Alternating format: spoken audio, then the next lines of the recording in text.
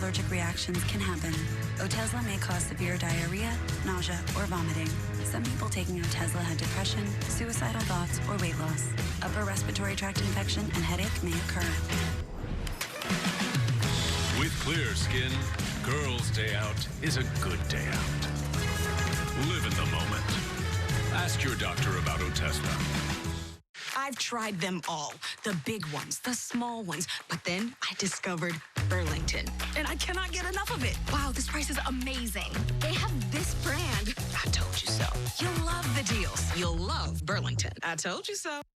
If you've been hurt in an accident and you need results, call Sweet James. Here are just some of the recent wins for our injured clients. Call the firm that wins big. Call Sweet James.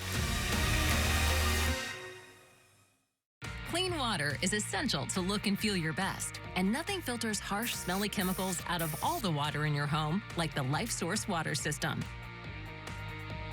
Life Source water systems.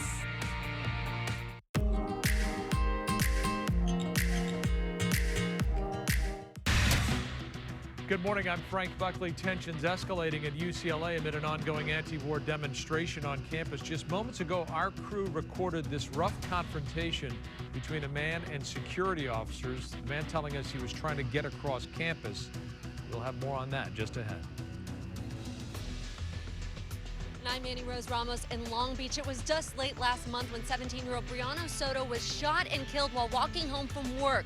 Moments ago, police releasing video of who they say was the man who shot her. Now pleading with the public to help them bring them closer to catching her killer. We'll show you that video coming up. Good morning, I'm Lena Bovian live here in downtown LA. Coming up next, is a cashless business a good idea for the city of Los Angeles? Coming up next, we'll hear from the councilwoman trying to ban the practice. Good morning, I'm Jessica Holmes. Auto insurance rates, they're climbing, and by a lot. Experts explain why, just ahead. Good morning, I'm Sam Rubin. New here at 10 o'clock. Margot Robbie has made a decision. What's next after Barbie? Maybe she's going to the comic book store. We'll talk about it coming up.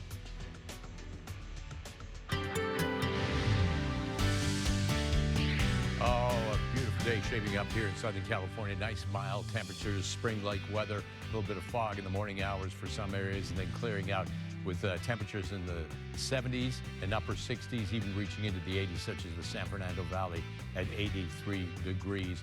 High desert also 81, 83 inland Empire, Orange County inland 76 degrees. Complete details coming up. Frank and Jessica, back to you.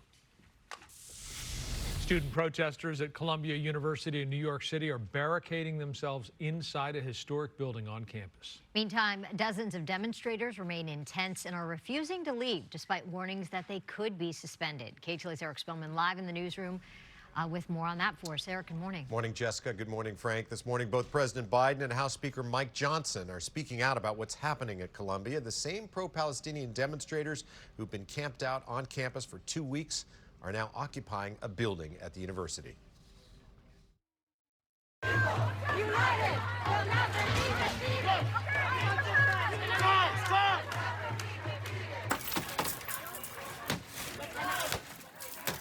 They broke into Hamilton Hall on Columbia's main New York campus overnight, smashing out windows. Dozens of protesters formed a human chain. They locked arms in front of the building, then they carried furniture to the entrance to form a barricade. At least 200 people are now holed up inside. Some of them went up to an upper story window and unfurled a banner to rename the building Hind's Hall after Hind Rajab, a 6-year-old girl who was killed in the Gaza war. They also hung out a sign calling for Intifada, or violent uprising, as well as a Palestinian flag. Columbia announced it was essentially closing down today. Only workers and students who live on campus are being allowed in. The protesters say they plan to stay in the building until the university concedes to their demands. They want the school to divest from companies with ties to Israel, and they say on social media that if Columbia tries to remove them by force, the school will, quote, have blood on its hands. Now to some new pictures from inside the building. You see the protesters moving furniture and tables around and placing them in front of entrances to block access. A student newspaper is reporting that a janitor who just happened to be in the building when it was taken over says he was held hostage for a time. He was finally allowed to leave early this morning.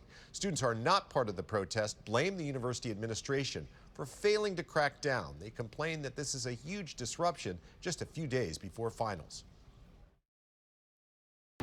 Public safety is supposed to be protecting students, and they're completely silent. And you know, when I witness a student also get assaulted and called a Zionist, and then the mob decided to form another human chain around him and basically like pick him up and push him out physically, and he was resisting. My friends called the NYPD, nothing. They don't even come. You have people on this campus snuck in, you don't know who they are, and you're refusing to call the police to come in and conduct an investigation and to go through the campus and find out what's going on here. It's a shame. This university, they've lost their backbone. That's how I feel. I feel like they lost their backbone. The takeover of the building on campus came after Columbia imposed a deadline of 2 p.m. yesterday. The university told demonstrators to remove their tents or face suspension, and some did, but as you can see, a lot they stayed. A school spokesman says suspensions have started, but he could not provide many details, and the protesters are saying they're going to stay put no matter what. This morning, House Speaker Mike Johnson says university administrators need to somehow get control of the campus. We called for the police to come in and take care of it. If they're unable, then we need the National Guard. We have to have control of campuses. This is a common sense matter. The American people understand it. The crowd in Columbia was chanting for Hamas. They're waving Hezbollah flags.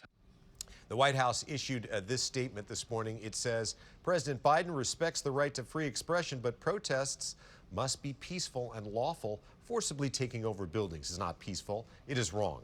And hate speech and hate symbols have no place in America. The protesters at Columbia appear to be preparing for a long stay at the building they currently occupy. Students are using ropes to send food and supplies up to a second-story landing at Hamilton Hall. We'll send it back to you.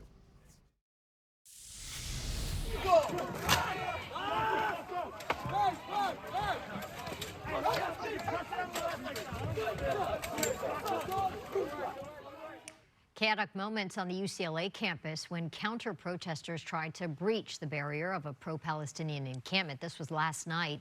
University police were eventually called in to de-escalate the situation. And about a half hour ago, this video here, recorded by Carlos Herrera and our crew, involving a man and security near that encampment. That man, who says he's disabled, was using a crutch at the time, was trying to cross the barrier to get to the other side of campus. He says he asked security officers for help, and moments later was on the ground when security would not let him through the gate. Security provided by the university has been blocking access to some parts of the campus, including the library. In a statement, the university condemned last night's incident, but has not addressed why people who are not protesters are being denied access to certain areas. Moving on now, one person is dead, 6 others injured after a multi-vehicle crash involving an LAPD cruiser in Hollywood. The collision happened just before 4 o'clock yesterday afternoon. The vehicle was heading north on Gower when it was struck from behind by a silver Nissan going westbound on Santa Monica. As the LAPD vehicle spun around, it hit 2 other cars and also a man on the crosswalk. That pedestrian died at the hospital. It's unclear who was at fault in the crash, but one witness says police were honking to clear the intersection right before the collision. The other 6 people who were injured in the collision suffered minor injuries. Cautionary tale about what happened to a widow who fell victim to a hacker's scare tactic. Lisa Miles was scrolling through Instagram on her computer when a message popped up. She clicked it and her computer became unusable. A message then started going off saying that she had been hacked and needed to call a particular number to reach Microsoft tech support. She says then a man answered, telling her that 7 hackers were buying child pornography with funds from her bank account. She was then told to move her money immediately and was transferred to someone who worked with Fraud Liaison at Wells Fargo. She asked for that person's ID and contact information, but he was convincing. He was even able to recite back her recent spending history. All the time, you know, saying but please don't worry, but it's very important that we get this money out tonight because that transaction of your porn that you just bought will go through and, you know, you'll be arrested type thing. So Miles went to 2 Wells Fargo branches, took out $25,000, and was told to put the money in a Bitcoin machine at a smoke shop in Canoga Park. All the money from her checking account was wiped out. Cyber experts say never trust a pop-up message online. In recent years, many businesses have gone cashless, in part due to rising crime. But now some members of the LA City Council say cashless businesses exclude some members of the community. They want to ban the practice. KTLA's Alina Bovian live in downtown LA with the details for us. Alina, good morning.